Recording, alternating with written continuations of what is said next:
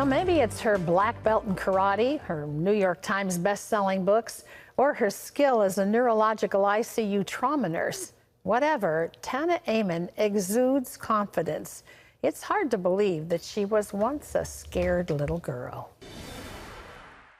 Tana Amen is a best-selling author, a nurse, and a respected health and fitness expert. All skills she shares with her husband, well-known brain expert Dr. Daniel Amen. Accomplished as she is, one would never guess that Tana's early years were marked by trauma, abuse, and pain. Her newest book, The Relentless Courage of a Scared Child, relates how Tana overcame her past to become healthy inside and out, and how we can too. Please welcome to the 700 Club, Tana Amen. Tana, it's wonderful to have you with us. Oh, thanks, Terry. You grew up a scared child. Talk a little bit about why you were afraid. You know, I think so many people listening go through this and we start to think it's normal. But my early memories were all pretty scary memories. I almost drowned when I was 2.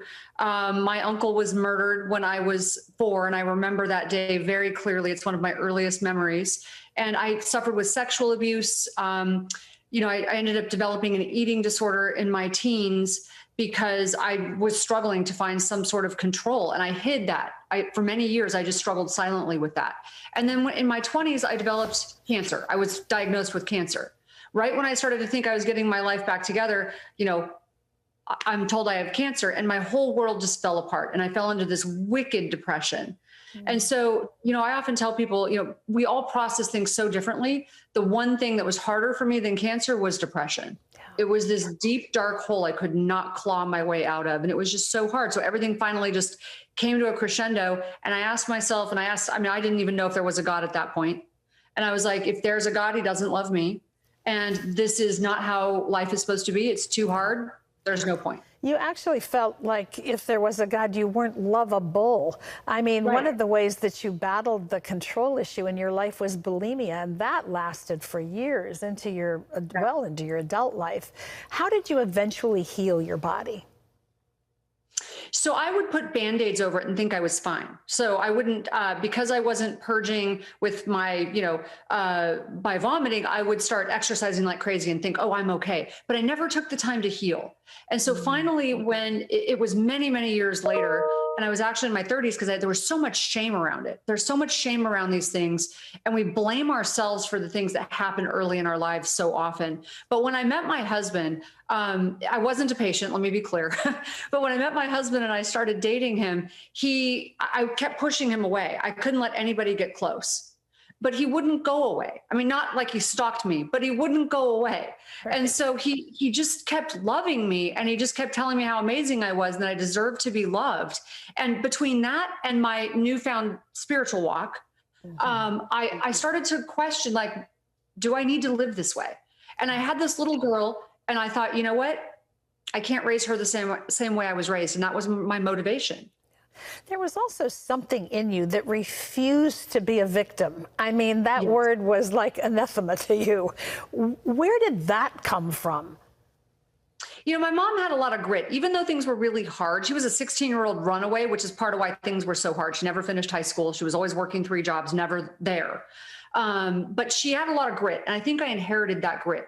But also, I always felt like the way I survived was by not being a victim. I mean, to an extreme, because I sort of didn't want to address what had happened to me. But there's a difference between being victimized and being a victim, living in the role of the victim. Yeah. So I finally was able to address the fact that I had been victimized as a child, but that doesn't mean I need to live as a victim. And those are so different. And that's how I was able to pull through. One of the things that I think was most obvious in your book was your willingness to just address in real life the issues that you had. You'd been through many, many things, and you had a lot of things to deal with. You had shut yourself down. This is not uncommon in the world that we live in, but I know that when you're in it, you feel like you're the only person that's ever had to contend with this.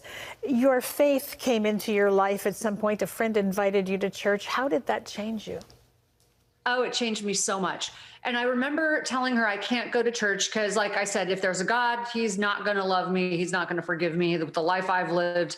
You know, early on, I was victimized as a child, but in my 20s, it was sort of self-induced, trauma because of bad decisions. And I sort of became the thing I hated, which is so often happens to us. We disconnect and we start to push back. And I thought I had to be better at games than men were.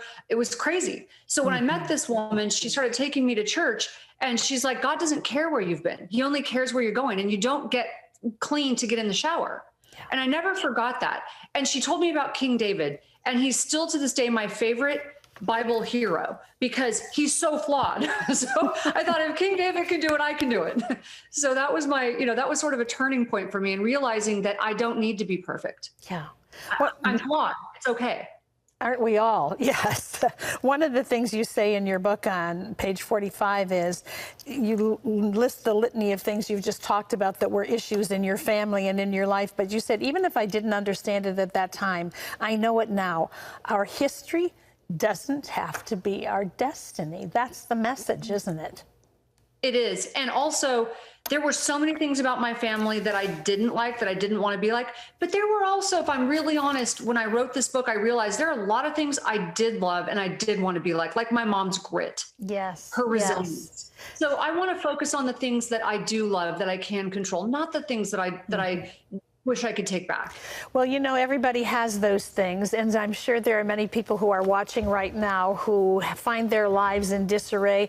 Tana's new memoir is called The Relentless Courage of a Scared Child. It's filled with wisdom from somebody who's walked the walk, and it's available wherever books are sold. Tana, thanks for being with us.